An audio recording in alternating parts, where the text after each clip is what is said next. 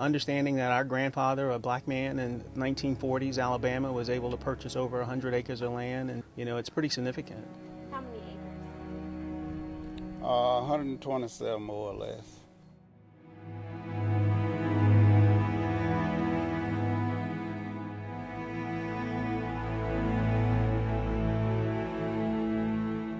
Where are you in the lineup of children? You know what? I thought so. It's 15.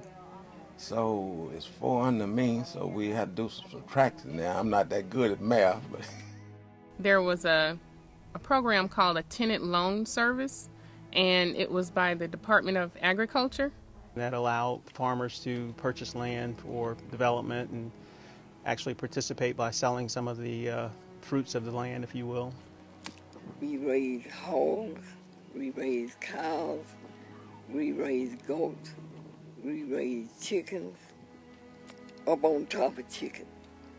I remember we played ball out there in the front of many evenings, and the grandkids, my sister was having babies along with mama, and her children were growing up along with her children. And we would have us a ball game right out there, This land been in the family, and we trying to keep it in the family because it's sentimental value. It don't really have no value for selling it. To me, it don't. The person who purchased an outside interest, I guess, sent a letter unsolicited to a couple members of the family.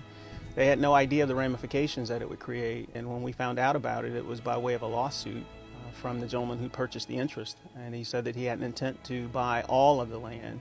And that has just been, devastating to the plans that our grandparents had for this land. As I continued to do research, I was able to get directed to the Federation of Southern Cooperatives and find out about a law that had changed within the last 5 or 6 years that actually would allow us to get the lawsuit dismissed. And if we could get it dismissed, it would remove the threat of the gentleman being able to buy or purchase the land out from under us.